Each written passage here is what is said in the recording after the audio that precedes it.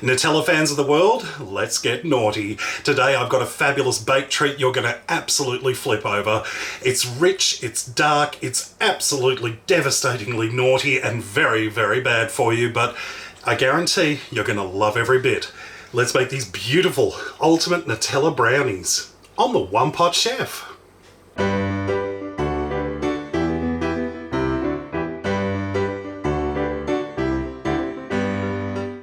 First things first, in a big mixing bowl, I've got 700 grams, just over 2 cups of Nutella, or you can use any chocolate hazelnut spread you like. And to that, I'm going to add in 4 eggs.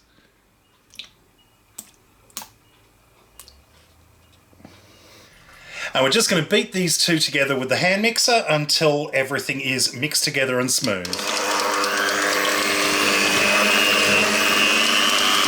Next, I'm going to add in a cup of self-raising flour. Now, if you can't get self-raising flour where you live, or you just don't have any on hand, you can use regular plain flour or all-purpose flour, and then simply add in a teaspoon of baking powder.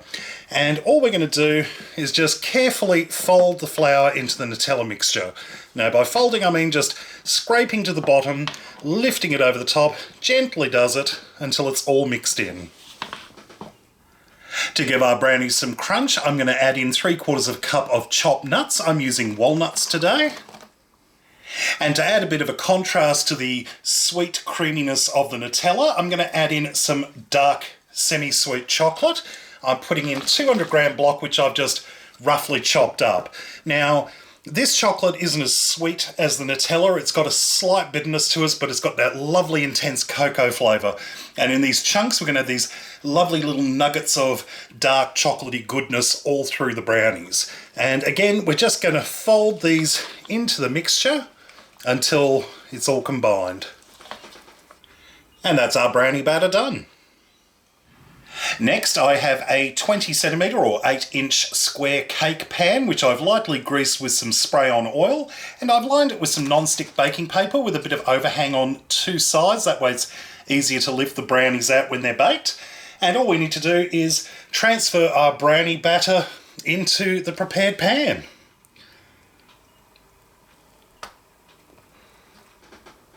And just carefully smooth the surface so it's nice and even on top. The reason I'm using this small square cake pan is I don't want this batter to spread out too much. If it spreads out in a larger pan, you end up with thin brownies that dry out very quickly in the oven. And you want them to be thick and dense and moist when they're baked. And this pan is pretty much the perfect size for it. It won't rise too much because this is quite a dense mixture, but this is ready to go into the oven. Preheated oven, 180 degrees Celsius, about 360 degrees Fahrenheit, and we're going to be popping it in the oven for about 40 minutes. While our brownies are baking in the oven, I thought I'd take this opportunity to remind you to check out my social media, Facebook, Twitter and Instagram. Links in the video description underneath this video on YouTube. And speaking of YouTube, don't forget to subscribe to my channel. Click the subscribe button and that little notification bell next to it. That way you won't miss out on any of my new videos. 40 minutes later and our brownies are out of the oven, and as you can see they are just firm to the touch. We're just going to allow this to cool in the pan for the next 15 minutes. Now there are 2 schools of thought regarding brownies.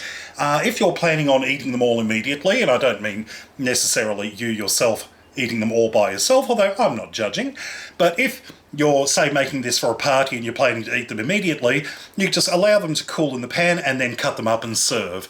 If, however, you're planning to eat them over the next couple of days, in order to maintain that fudgy moistness on the inside, I recommend allowing them to cool for 15-20 minutes. Once they're cool to the touch, you just cover it with a little bit of cling film and pop them into the fridge to chill. And then you can cut them up and serve them as required. I recommend doing this because I think brownies really need to have that moist fudginess to it, and you don't want to let them dry out. So I'm going to let these cool and then I'm going to cut them up. And here we have a plate of our completed ultimate Nutella brownies, looking absolutely sensational. They are beautiful and dense and moist and fudgy with those beautiful chunks of nuts all through it. And you can even see little bits of Nutella peeping through and melted chocolate. Absolutely devastatingly naughty, but I guarantee you are going to love every single bite. Look how dark and moist and fudgy they are. Absolutely gorgeous. All right, time for me to dive in and have a taste. Mmm. Oh my. Mmm. Sticks to the roof of your mouth. They're cakey, they've got this wonderful moist fudginess in the centre, you've got the sweetness and creaminess from the Nutella, and you've also got a bit of sharpness and cocoa-iness from the dark chocolate, and of course the crunch from the nuts. Absolutely gorgeous. You could use peanuts or even hazelnuts if you wanted to. You can pretty much change this up to anything you like. You could add some peanut butter to it as well and give it a sort of a chopped peanut butter mixture. Absolutely gorgeous. Well, I hope you enjoyed this recipe. Check out other videos at OnePotChefShow.com. And until next time, see you later. I'm supposed to be behaving myself, but these are calling to me. They're saying, "Eat me, David, eat me, I'm so chocolatey and good." I don't know why they're talking that accent, but I'm not willing to question it.